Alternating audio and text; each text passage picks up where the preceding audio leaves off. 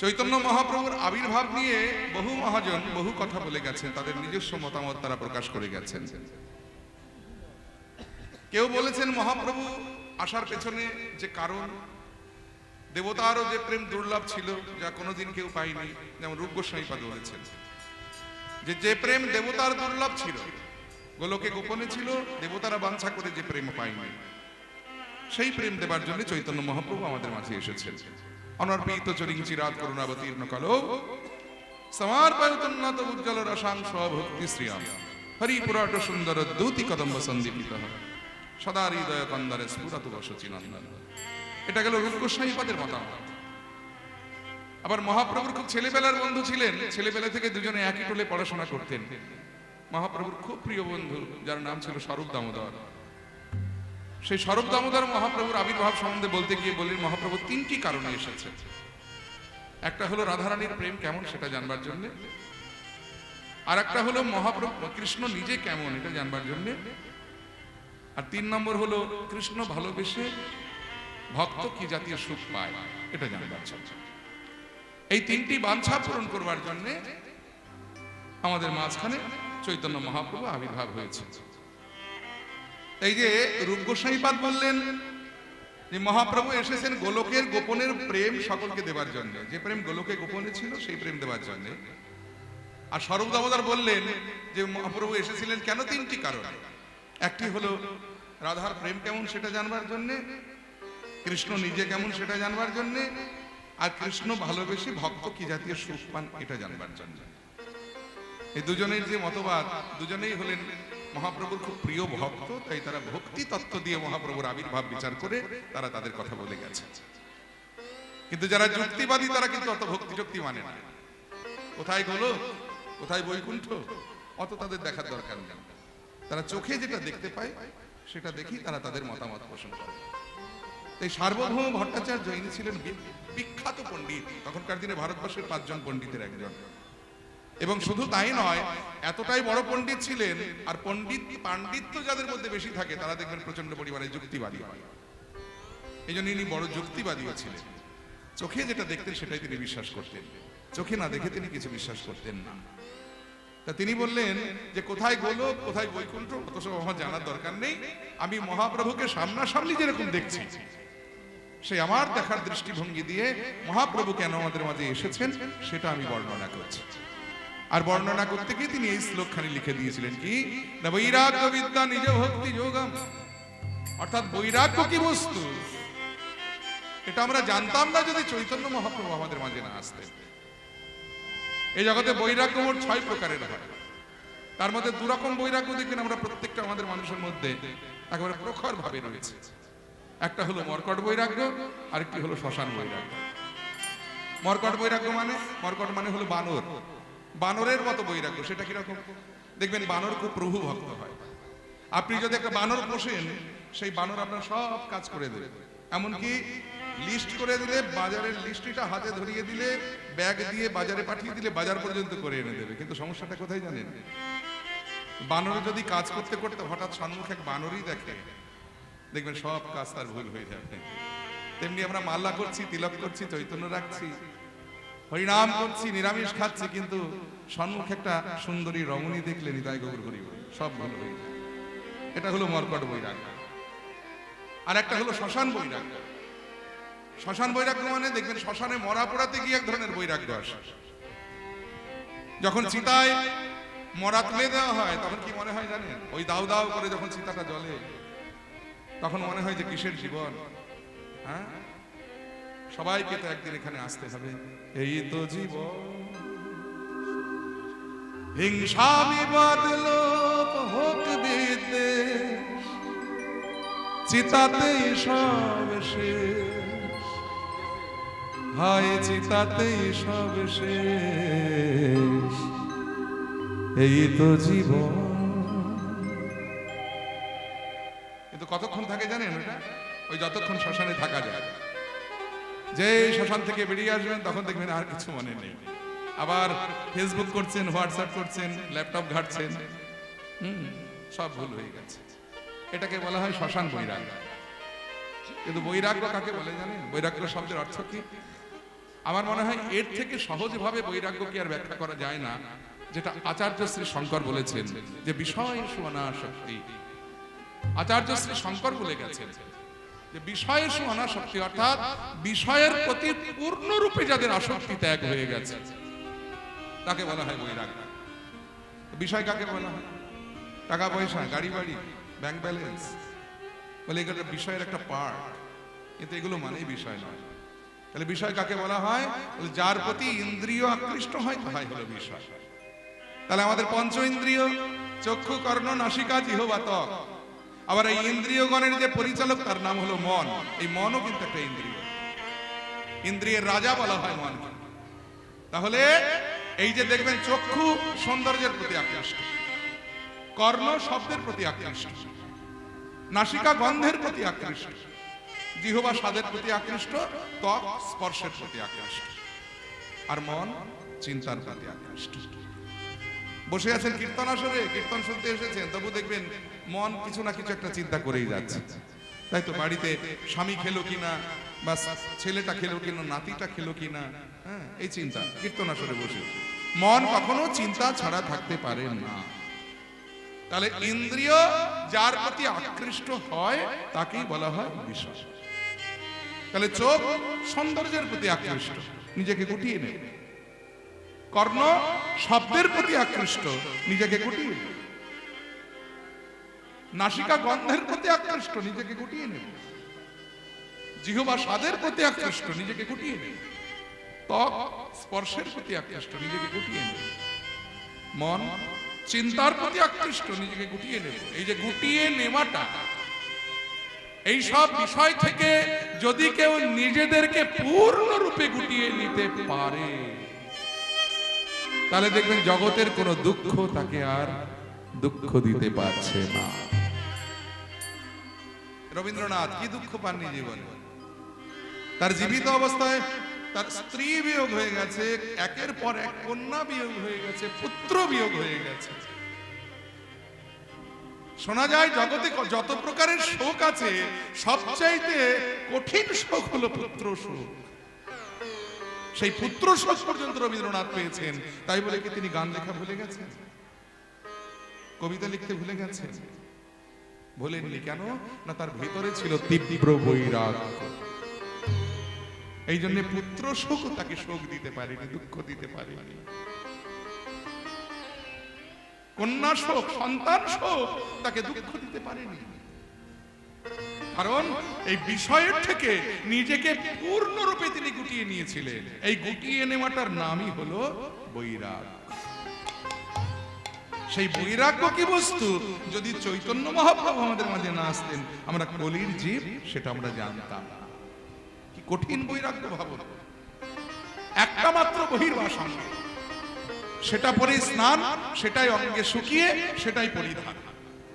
যে ঘরটায় মহাপ্রভু থাকতেন, আপনারা যদি পুরীধামে যান কখনো দেখে আসবেন, কাশী মিশ্রের আঙিনায় যে জায়গাটা, তার নাম হলো গম্ভীরা। সেই গম্ভীরাটার আয়তন কত জানেন? 6 ফুট বাই 6 ফুট দৈর্ঘ্য এবং প্রস্থ। আর মহাপ্রভু নিজে ছিলেন 7 ফুট লম্বা। একটা 7 ফুট লম্বা মানুষ ওই 6 ফুট বাই 6 ফুট ঘরে তিনি 12টা বৎসর কাটিয়েছেন। ভাবুন, সম্ভব এটা? শোনা যায় শীতের দিনে মহাপ্রভু পা দুটো ঘরের বাইরে রেখে মাথাটা ঘরের ভিতরে রাখতেন, আর গরমের দিনে মাথাটা ঘরের বাইরে রেখে পা দুটো ঘরের ভিতরে রাখতেন।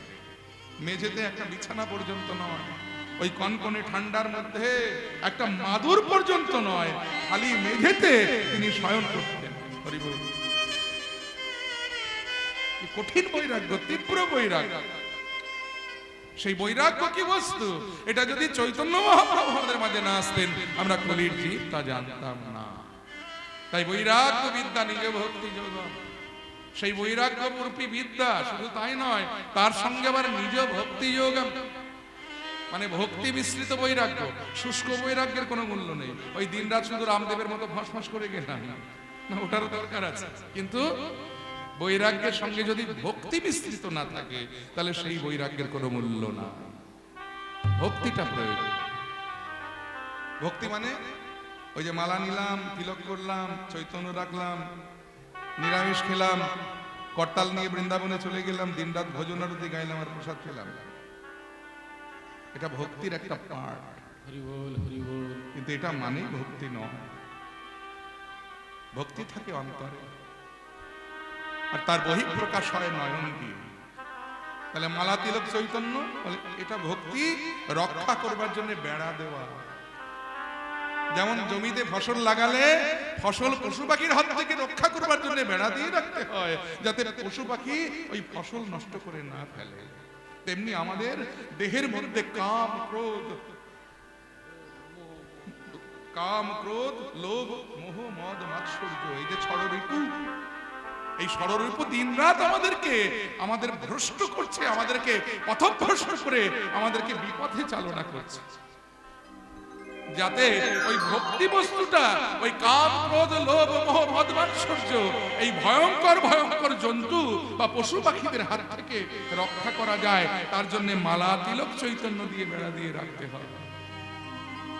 কিন্তু মালা তিলক চৈতন্য মানে আবার সেটা ভক্তি নয়। ভক্তিটা হৃদয়ে থাকে। এই দেহটা যদি, হৃদয়টা যদি একটা ভূমি হয়, ভক্তি হলো সেই হৃদয় ভূমির ফসল, যেটাকে রক্ষা করবার জন্য মালা তিলক রূপী বেড়া দিয়ে ওই ভক্তি বস্তুটাকে রক্ষা করতে হয়। কিন্তু ভক্তির বহিঃপ্রকাশ হয় নয়ন বাড়ি, নয়ন।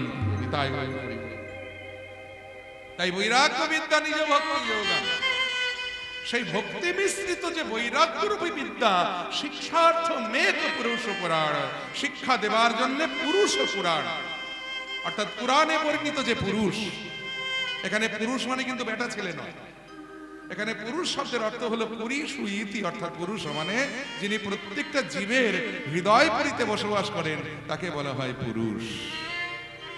যিনি প্রত্যেকটা জীবের হৃদয় পুরীতে বসবাস করেন তার নাম হলো পুরুষ।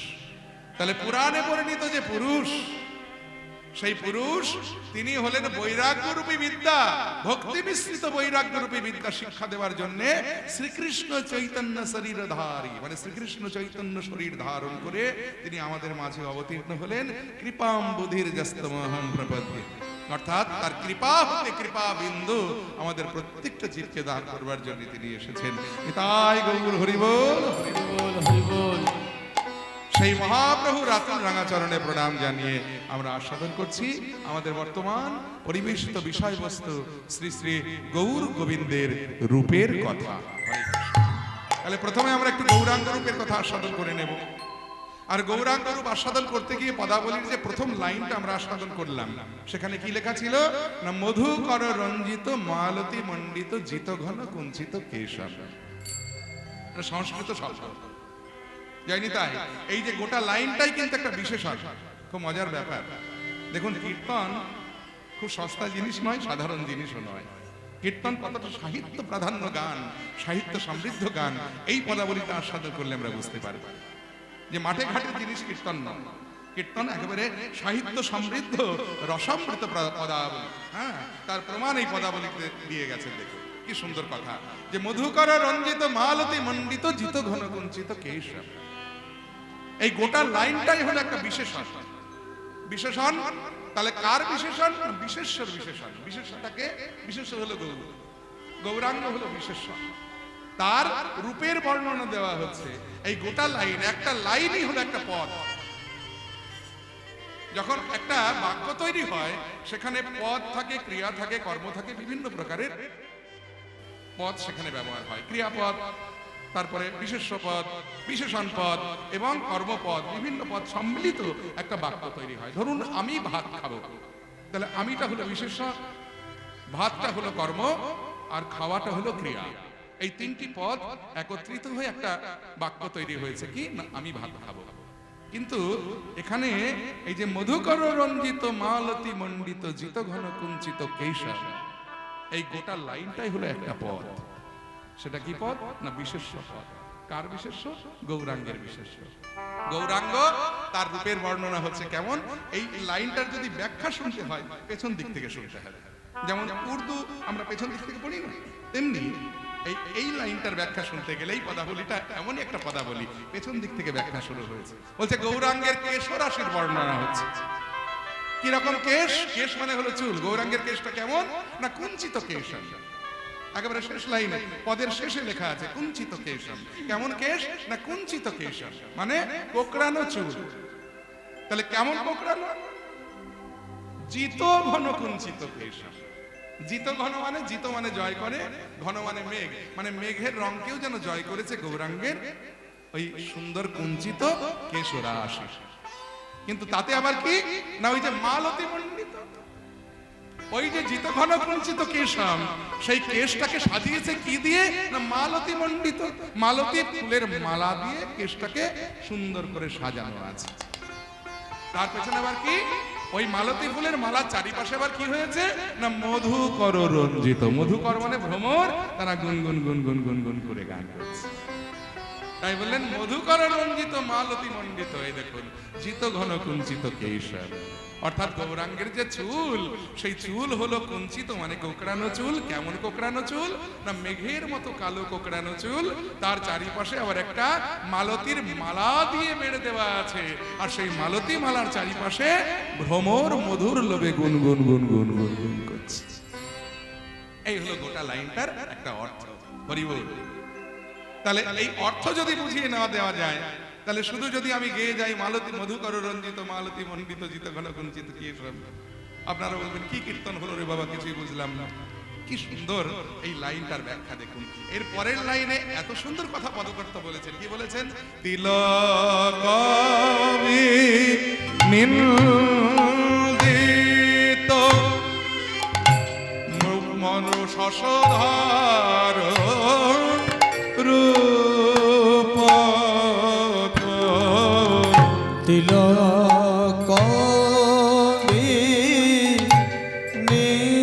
নিন্দিত শশধর রূপক। আহা তিলক নিন্দিত হরিচন্দনে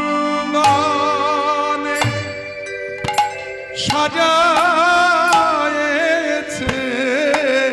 তিলক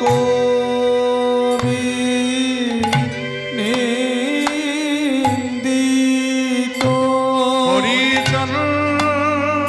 হরিচন্দনে সাজায়েছে সেই হরিবলা বদন খানি। হরিচন্দনে সাজায়েছে সে হরিবলা বদন খানি। হরিচন্দনে সাজায়েছে হরিবলা বদন খানি। হরিচন্দনে সাজায়েছে হরিবলা বদন খানি। সাজায়েছে হরিবলা মদন খানে চন্দনে সাজায়েছে হরিবলা মদন খানে চন্দনে সাজায়েছে তিলক। তিলক নিন্দিত শশধর রূপ তিলক নিন্দিত হরিচন্দনে সাজায়েছে তিলক নিন্দিত হরিচন্দনে সাজায়েছে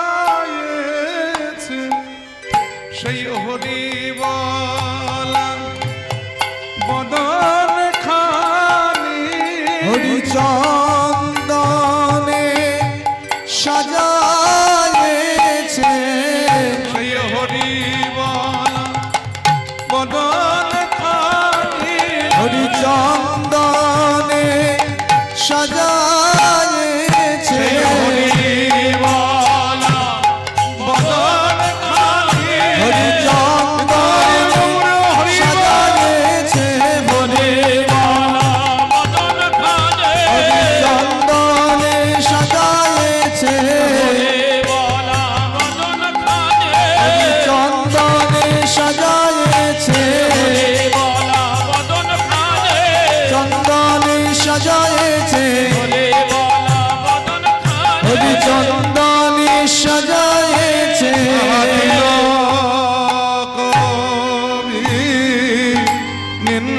নিন্দিত শশধার রূপক যুবতী মনোহর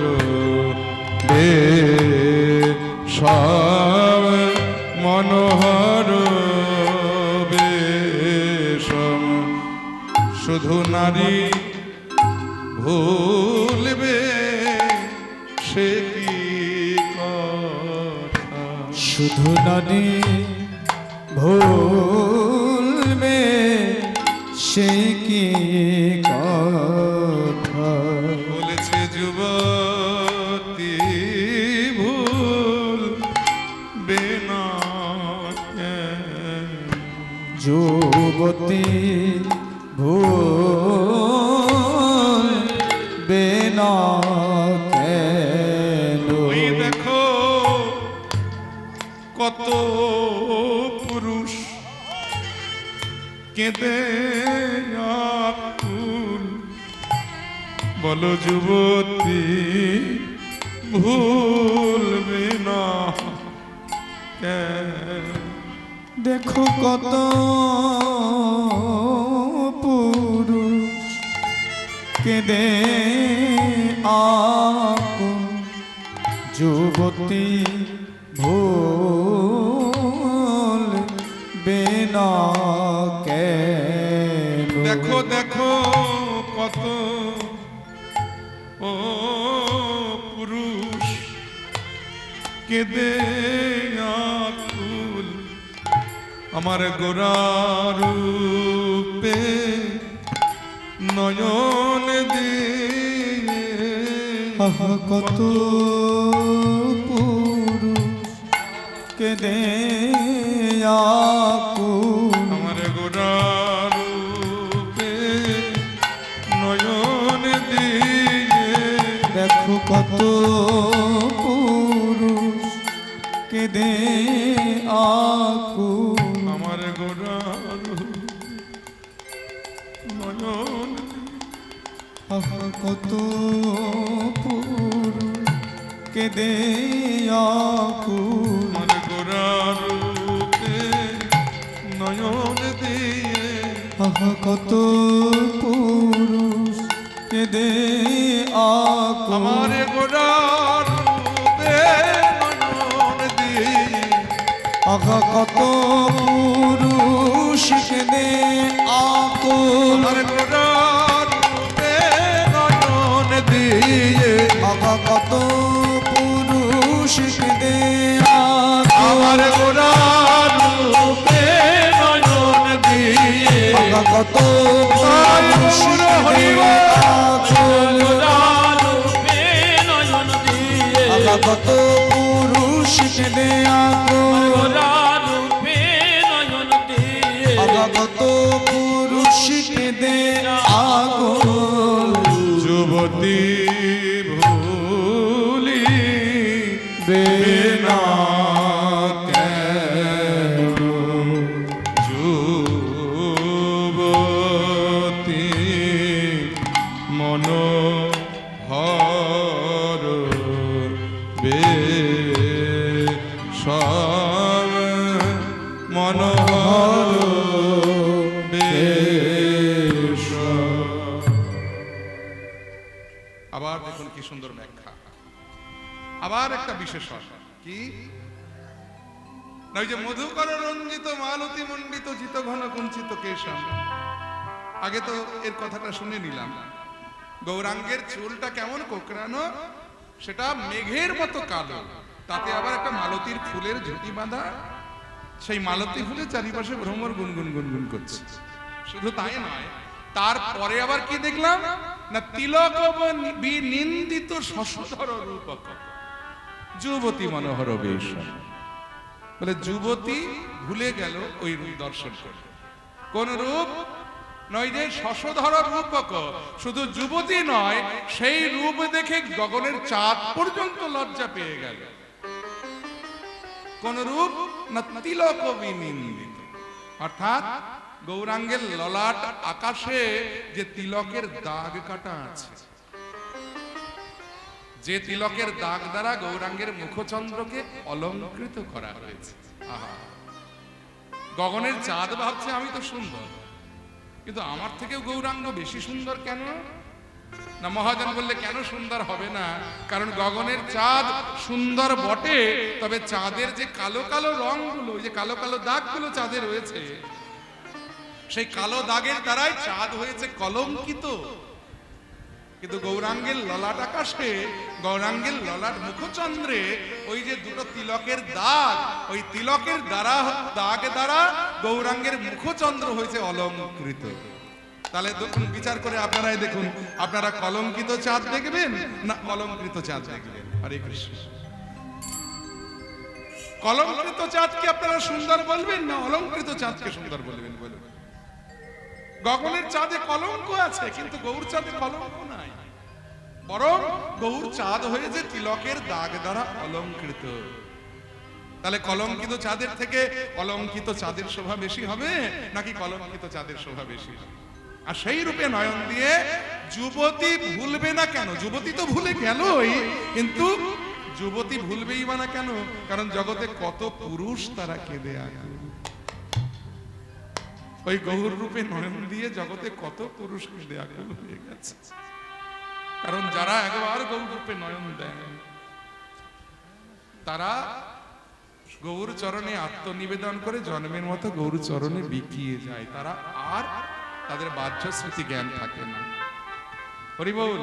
তারা সর্বস্ব ওই গৌর চরণে সঁপে দিয়ে হা গৌর তোমার হলাম বলে গোটা জীবনটা গৌর গৌর গৌর গৌর বলে কাটিয়ে দেয়। তার প্রমাণ আমরা পেলাম নবদ্বীপে আজও অবস্থিত দয়ার ঘাট বলে একটি ঘাট আছে, আপনারা শুনেছেন নিশ্চয়, দয়ার ঘাট, যে ঘাটে এক ধোপা প্রত্যেকদিন নিয়ম করে কাপড় কাচতেন। সেদিনও এসেছে কাপড় কাচতে, আর গৌর হরি তখন ওই পথে দিয়ে যাচ্ছেন। ধোপাকে দেখে, ধোপার কাপড় কাচা দেখে ধোপার পেছনে দাঁড়িয়ে গৌর হরি দুটি বাহু উত্তোলন করে বলে, ধোপা হরি বল, হরি বল। ধোপা কাপড় কাচ্ছে, কোন দিকে না তাকিয়ে এক দৃষ্টে এক মনে ওই ধোপা কাপড় কেচে যাচ্ছে। কিছুক্ষণ অপেক্ষা করে গৌর হরি বলে, ধোপা হরি বল, হরি বল, হরি বল। ধোপা মনে মনে চিন্তা করছেন যে জীবনে অনেক ভিখারি দেখেছি, আজকাল নবদ্বীপে বড্ড ভিখারির উৎপাত হয়েছে। এখানে এসেছি কাপড় কাচতে, আর এখানে এসেছি আমার কাছে ভিক্ষা চাইতে। কোন জাতের ভিখারি রে বাবা? বাড়িতে তো আমি ভিক্ষা চাইতে, ঘাটে এসেছি কাপড় কাচতে, এখানে আমি ভিক্ষা করতে গিয়ে আনলাম, এখানে এসেছে ভিক্ষা চাইতে। তাই ধোপা কোনো দিকে না তাকিয়ে এক মনে ওই কাপড় কেচে যাচ্ছে, তার কাজ করে যাচ্ছে। গৌর সুন্দর কিছুক্ষণ অপেক্ষা করে মনে মনে বলছে, ধোপারে, যে নিষ্ঠা তোর কর্মে, এই নিষ্ঠা যদি তোর হরিনামে থাকতো রে ভাই। ও ধোপা, ধোপা হরি বল, হরি বল। ধোপার কোনো দিকে না তাকিয়ে কাপড় কাচতে কাচতে জবাব দিলেন, যাও তো বাবু, দেখছো না এখানে কাপড় কাচতে এসেছি, আর তুমি এসেছো ভিক্ষা চাইতে এখানে, আমি এখন তোমায় ভিক্ষা দিতে পারবো না, যাও এখান থেকে। মহাপ্রভু চমকে উঠলেন, কি বললি ভাই? ধোপা, তুই আমায় হরি বল, তুই আমায় ভিখারি বললি? ধোপারে, সেদিন আমার কবে হবে রে, যেদিন সত্যই আমি ভিক্ষার ঝুলি কাঁধে করে আমি ভিখারি হয়ে তোদের ছেড়ে, এই নবদ্বীপ ছেড়ে আমি চলে যেতে পারবো। ধোপারে, এই জগতের বুকে ভিখারি নামটা যখন তুই আমায় প্রথম দিলি, আমায় ভিক্ষা দিবি না? এই দেখ, আমি তোর পেছনে আঁচল পেতে দাঁড়ালাম, দে আমায় ভিক্ষা দে, আমায় ভিক্ষা দে ধোপা। ধোপা মনে মনে চিন্তা করছে যে জীবনে ভিখারি অনেক দেখেছে, কিন্তু এমন নাছড় বাঁধা ভিখারি তো দেখি নাই রে বাবা। বলছি ভিক্ষা নাই, তাও বলছে ভিক্ষা দে ভিক্ষা দে।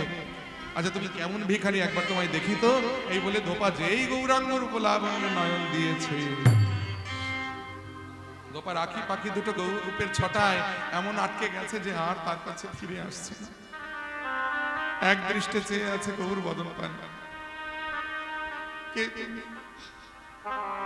কে তুমি পুরুষোত্তম? কৃপা করে এসেছো এই ঘাটে আমার মতো অধমকে তরাবার জন্য। তুমি কে? গৌরহরি বললে কেন? এই যে বললি ভিখারি, ভিক্ষা দে। দিবি না ভিক্ষা? কি দেব ঠাকুর আমি তোমায় ভিক্ষা? কি আছে আমার আর কি দেব তোমায় বলো? দে না, যত আছে তোর জন্ম জন্মান্তরের পাপ রাশি, আমার এই আঁচলে তুই ভিক্ষা দে ঠাকুর। আমি করেছি পাপ আর তুমি নেবে আমার পাপের ভিক্ষা? না ঠাকুর না, ও পাপ ভিক্ষা আমি তোমায় দিতে পারবো না। তবে পাপ ছাড়া আমার বলতে আর যা আছে, আমি আজ হতে তোমার চরণে সকলই দিলাম।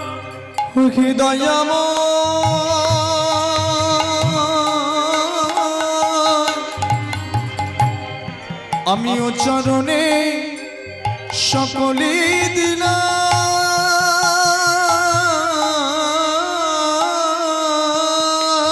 ওগো দয়াময়, আমি তোমার চরণে সকলই দিলাম। ওগো দয়াময়,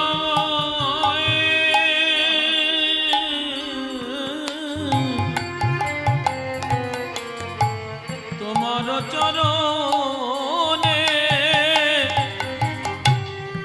আমার সকলি দিলাম।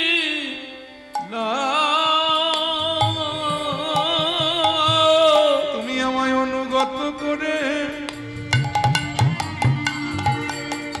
গ্রহণ করো,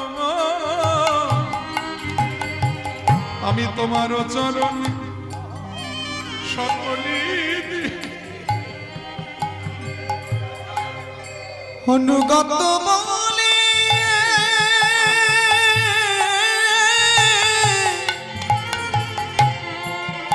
তুমি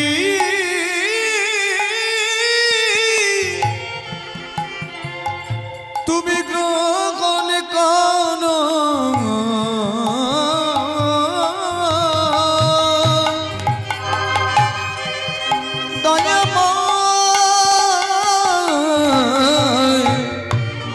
আমিও চরণে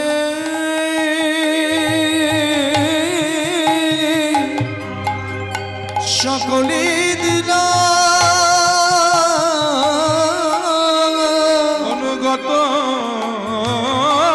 করে তুমি আমায় গ্রহণ করো, তোমার চরণে সকলই দিলাম। অনুগত মনে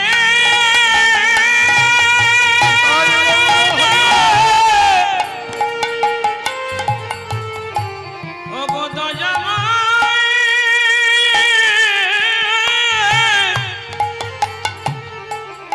আমায় গ্রহণ করো।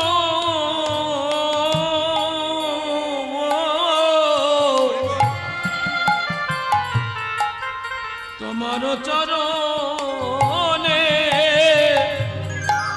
সকলে দিলাম। অনুগত করে তুমি আমায় গ্রহণ করো, আমারে বলিতে যা কিছু আছে।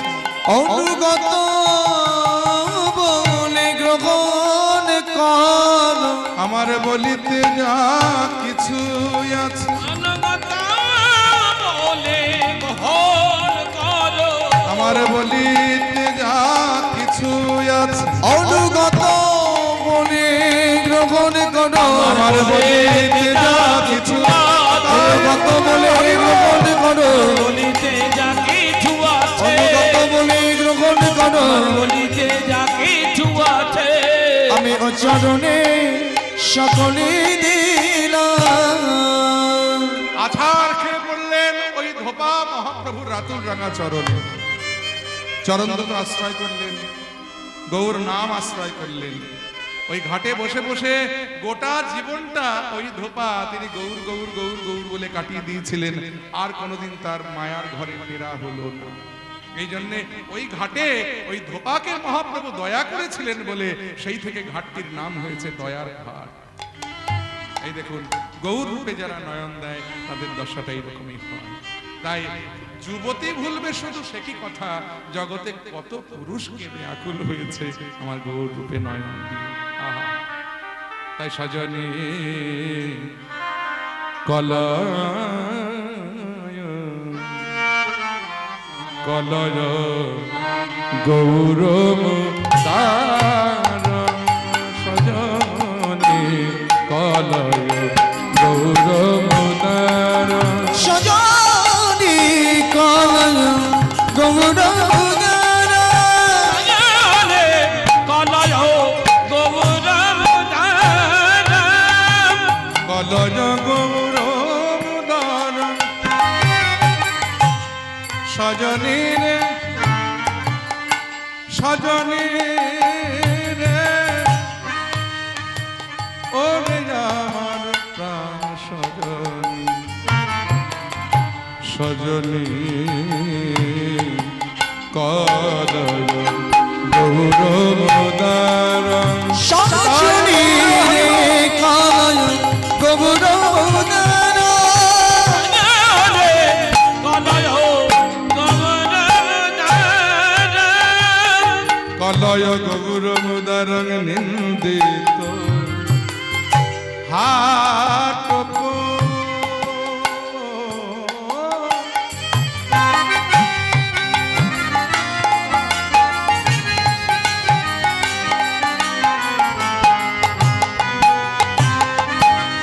সজনী রে সজনী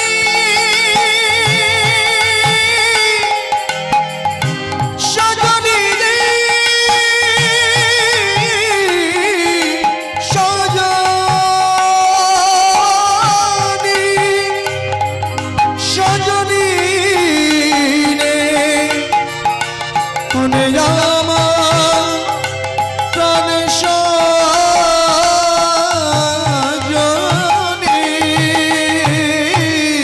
ওরে নিন্দিত হাটক আহা কান্তি কলে বড় আগানি দিতো হাতকো আগা কান্তি কলে বলো আহা গরিবিত মারুক মার কলয় গৌরবদার সজনী কলয় গৌরবদান জানে কলয় গৌরবদান সজনী কলয় গৌরবদান কলয় গৌরমুদারং। কলয় শব্দের অর্থ হলো দেখো, গৌরমুদারং মানে সজনী একবার ভালো করে দেখ আমার গৌরাঙ্গ রূপ। আহা, কি না নিন্দিত হাট কান্তি কলে বলে, গৌরাঙ্গের যে কান্তি মানে অঙ্গ কান্তি, অঙ্গের যে বর্ণ। নিন্দিত হাটক, নিন্দিত মানে নিন্দা করছে, হাটক মানে হলো সোনা। বলে সোনাকেও যেন নিন্দা করছে আমার গৌরাঙ্গের অঙ্গ কান্তি। কারণ সোনা এ যে সে সোনা নয়, আমার গৌর সোনা এই যে লাখো বানো কাঞ্চন যিনি। হরি বল। লাখো বানো, লাখো মানে লক্ষ, বানো মানে পোড়ান। সোনা যদি একবার পোড়ানো হয় আগুনে, খাঁটি করতে গেলে পোড়াতে হয় সোনা। সোনাকে যদি খাঁটি করতে হয় তখন আগুনে পোড়াতে হয়। তো একবার পোড়ালে হয় এক বানো, দুবার পোড়ালে হয় দুই বানো, শতবার পোড়ালে হয় শতবানো, লক্ষবার পোড়ালে হয় লক্ষ বানো। তা সোনাকে যদি আগুনে পোড়ানো মানে খাঁটি করবার জন্য লক্ষবার আগুনে পোড়ানো হয়, সেই সোনার যে রং হয়, যে জ্যোতি হয়, আমার গৌরাঙ্গের জ্যোতি যেন সেই জ্যোতিকেও জয় করেছে। এই যে লাখো বানো কাঞ্চন যিনি। আহা, তবে একটা কথা, সোনা হলো কঠিন, কিন্তু গৌর সোনা ভাবে আর প্রেমে গড়া। হরি বল, হরি বল। সোনা ধাতু হলো কঠিন, কিন্তু গৌর সোনা ভাবে প্রেমে গড়া। তাহলে সোনার সঙ্গে তুলনা দেওয়া যায় না। ওদিকে চাঁদের সঙ্গে তো হলোই না। চাঁদ কলঙ্কিত, গৌর চাঁদ অলঙ্কৃত। তাহলে সোনা কঠিন, কিন্তু গৌরাঙ্গ গৌর সোনা হলো ভাবে প্রেমে গড়া। সোনার সঙ্গে তুলনা দেওয়া যায় না। তাহলে কি ফুলের সঙ্গে তুলনা দেওয়া যায়? কুসুম ফুল, দেখবেন ফুল বৃক্ষে ফোটে, কি করে? বৃক্ষের শোভা বর্ধিত করে। আপনি যদি ওই ফুল তুলে নিয়ে এসে মন্দির সাজান, মন্দিরের শোভা বেড়ে যায়, কিন্তু কদিন থাকে? একদিন বা দুদিন বা 3 দিন। তারপরে দেখবেন ফুলের পাপড়িগুলো শুকিয়ে যায়। এই দেখুন, এই ফুলের মালাটা হয়তো সকালবেলা কেনা হয়েছে, এখনই দেখুন কেমন রংটা নষ্ট হয়ে গেছে। কেন? না, এটা ফুলের ধর্ম। ফুল যতক্ষণ বৃক্ষে থাকে ততক্ষণ ফুলের শোভা। বৃক্ষ থেকে ফুল তুললেই ধীরে ধীরে ফুলের পাপড়িগুলো শুকোতে থাকে। এরপরে এক সময় ওই পাপড়িগুলো পচে গলে একেবারে নোংরা আবর্জনা হয়ে মন্দিরের শ্রীকে নষ্ট করে দেয়। তাহলে ফুলের শোভা মন্দিরে বৃদ্ধি হয়, এটা ঠিক, তবে সেই শোভা বেশি দিন থাকে না। 2 দিন বা 1 দিন পরেই ফুলের শোভা নষ্ট হয়ে যায়। মন্দিরের শ্রী নষ্ট করে ফুল, তখন নোংরা আবর্জনায় পরিণত হয় ফুল। কিন্তু গৌর কুসুম, এই জগতের কোন জীব যদি একবার কৃপা করে যত্ন করে তুলে নিয়ে এসে নিজের মন্দিরে সাজাতে পারে, তাহলে তার মন্দিরের শোভা নষ্ট হয়ে যাওয়া তো দূরের কথা, দিন দিন সেই মন্দিরের শোভা আরো বৃদ্ধি পেয়ে যায়। এটাই গৌর হরি বল। তাই গৌর কুসুমের সঙ্গে প্রাকৃত কুসুমের তুলনা দেওয়া যায় না। তাই নদিয়ার নাগরিক অপর নাগরিকে বলছে, জানিস আমি সেই গৌর রূপে নয়ন দিয়ে আমার কি আজ মনে হচ্ছে জানিস, আমি গৌর বরণ করে যত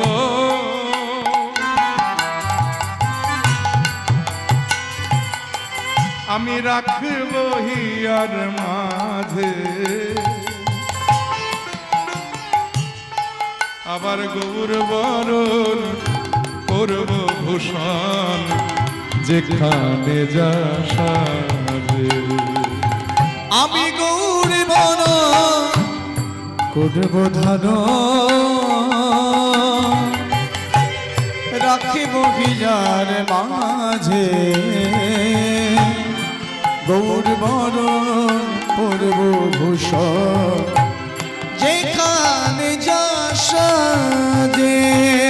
শুধু তাই নয়, আবার গৌর বরণ ফুলের ঝাপা,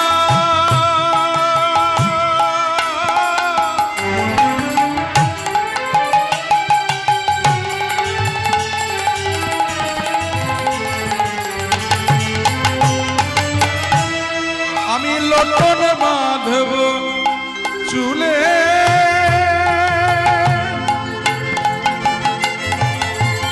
আবার গৌর বলে গরব করে পথে যাব চলে।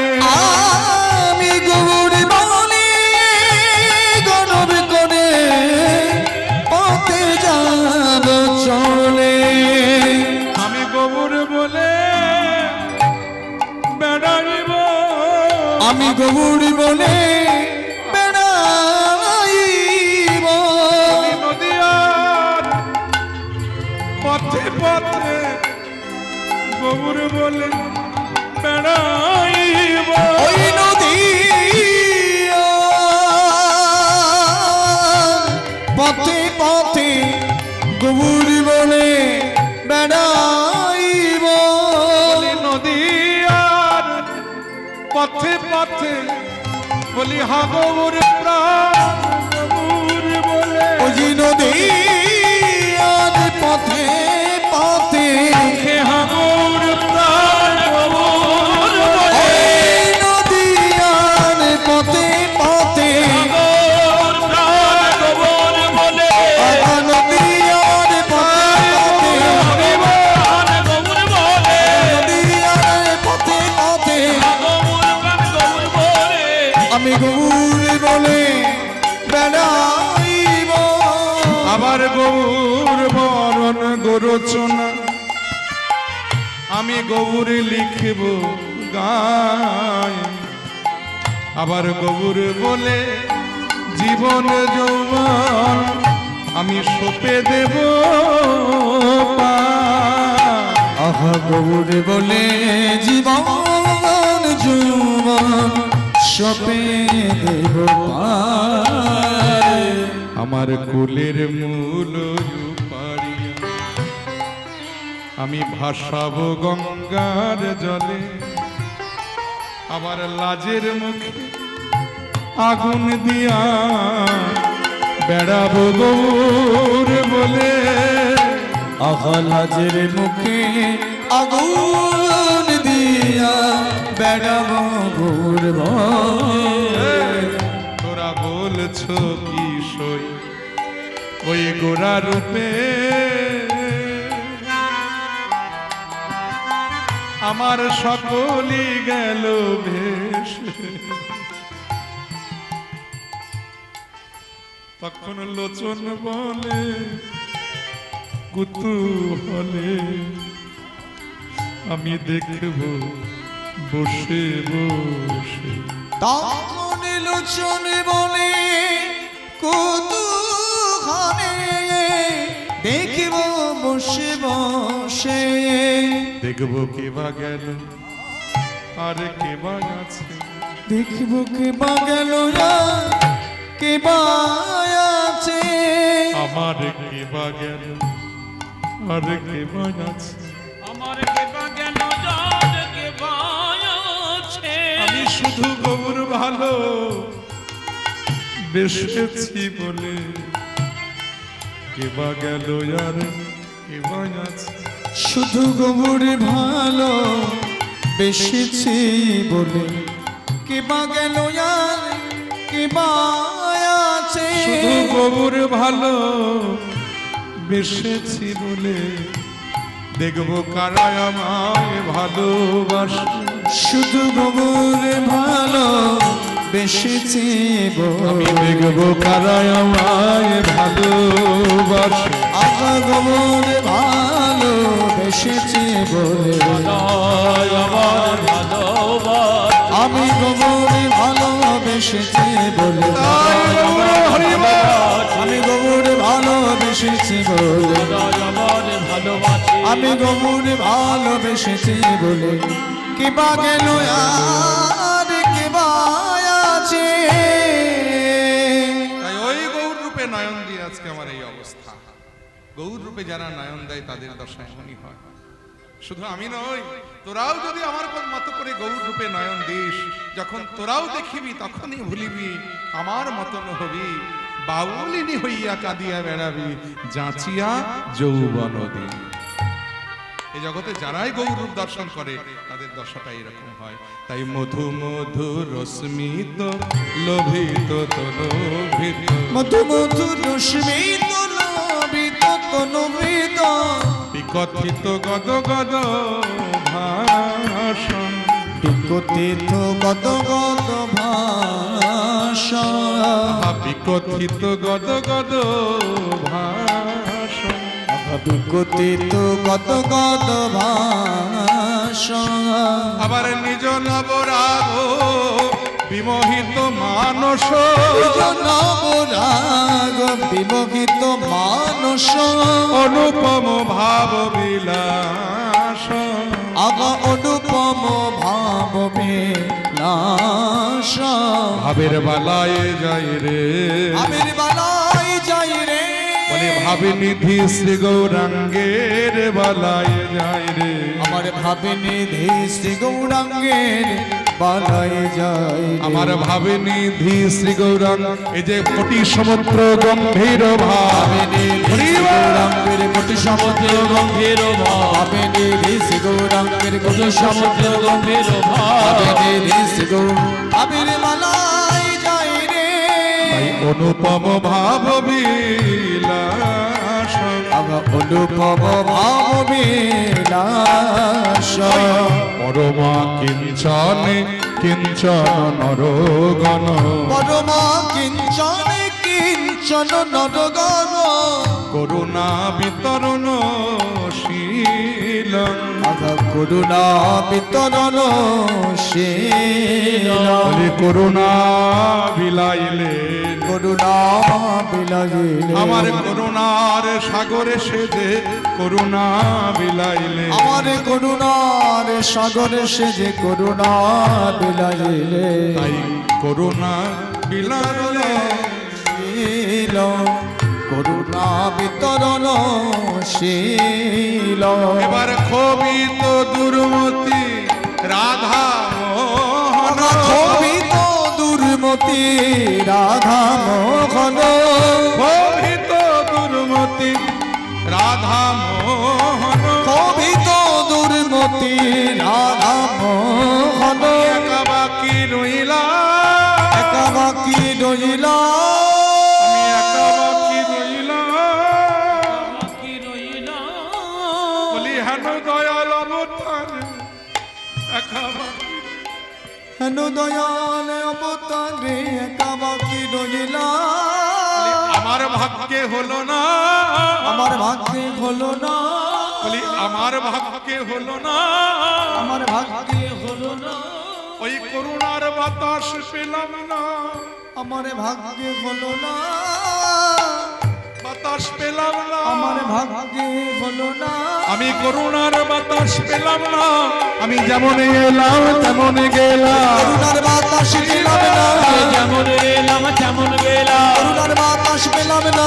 যেমন এলাম তেমন গেলাম করুণার বাতাস পেলাম না আগা আমার ভাগ্যে হলো না তাই ক্ষোভিত দুর্মতি রাধা মোহন অভিত দুর্মতি রাধা মোহন আহা নাম নিরূপম লীলা আগা নাম নিরূপম লীলা আহা নাম নিরূপম লীলা নাম নিরূপম লীলা রে